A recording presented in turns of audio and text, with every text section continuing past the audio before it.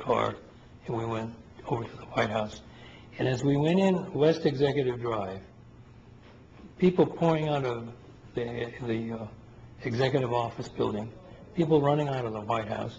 And I said to my driver and security guy, is there something wrong with this picture? We're driving in and everybody else is running away. So I went into the White House and someone said, you have to be briefed by Dick Clark in the Situation Room. So I went in there, talked to me for 4 or 5 minutes, and he said, you've got to go to the PIOC. I said, what's the PIOC? He said, that's the Presidential Emergency Operations Center. I said, I don't know where that is or what it is. And there was a Secret Service agent standing there and says, I'll take you. Well, it's that bunker that's way under the White House. A young man came in and said, President, there's a plane 50 miles out coming towards D.C. So I said, Monty Belger, who's the number 2 at FAA, I said, Monty, what do you have on radar on this plane coming in? He said, well, the transponder's been turned off, so we don't know who it is, and we don't know the altitude or speed. And so I said, well, where is it? He said, well, it's somewhere beyond Great Falls right now. And so then the young man came in and said, it's 20 miles away. And so I'd say, well, Monty, where is this plane in relationship to the ground? And radar, it's hard to associate with a ground point, but they'd be able to tell you roughly the distance from wherever you are. But he couldn't tell you speed or altitude. And then all of a sudden, as I was talking to him, he said, oh, I lost the bogey, lost the target. I said, well, where is it? He said, well, somewhere between Roslyn and National Airport. And about that time, someone broke into the conversation. Said, Mr. Secretary, we just had a confirmation from a Arlington County police officer saying that he saw an American Airlines plane go into the Pentagon. So then I said, Monty, bring all the airplanes down. When you see one of something happen, it's an accident. When you see 2 of the same thing happening, it's a trend, something. When you see 3, it's a plan. So I said, bring all the planes down.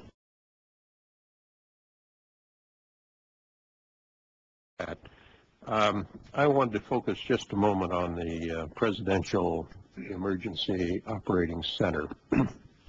You were there for a good part of the day. I think you were there with the Vice President. And we had that order given, I think it was by the President, that authorized the shooting down of commercial aircraft that were suspected to be controlled by terrorists. Were you there when that order was given? No, I was not. I was made aware of it during the time that the airplane coming in to the Pentagon. There was a young man who would come in and say to the Vice President, the plane is 50 miles out. The plane is 30 miles out. And when it got down to the plane is 10 miles out, the young man also said to the Vice President, do the orders still stand? And the Vice President turned and whipped his neck around and said, of course the orders still stand. Have you heard anything to the contrary? Well, at the time I didn't know what all that meant.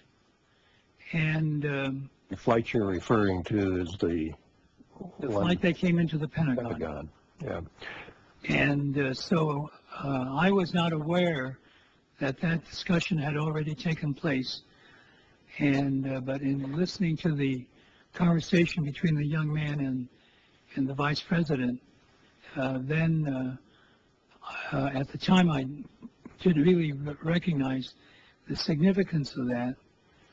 And then later I heard of the fact that the airplanes had been scrambled from Langley to come up to D.C. But those planes were still about 10 minutes away. And so then at the time we heard about the airplane that went into Pennsylvania, then I thought, oh my God, did we shoot it down. And then we had to, with the vice president, go through the Pentagon to check that out. Let me see if I understand. The plane that was headed toward the Pentagon and was some miles away, there was an order to shoot that plane down. Well, I don't know that specifically, but I do know that the airplanes were scrambled from Langley or from Norfolk, the Norfolk area, and but I did not know about the order specifically, other than listening to that other conversation. But there very clearly was an order to shoot commercial aircraft down. Subsequently, I found that out. With respect to Flight 93, what type of information were you and the Vice President receiving about that flight? The only information we had at that point was when it went into when it crashed. I see. You didn't know beforehand about that airplane. Did not. And so there was no specific order there to shoot that plane down. No, sir. But there were military planes in the air in position to shoot down commercial aircraft. That's right. The planes had been scrambled, I believe, from Otis.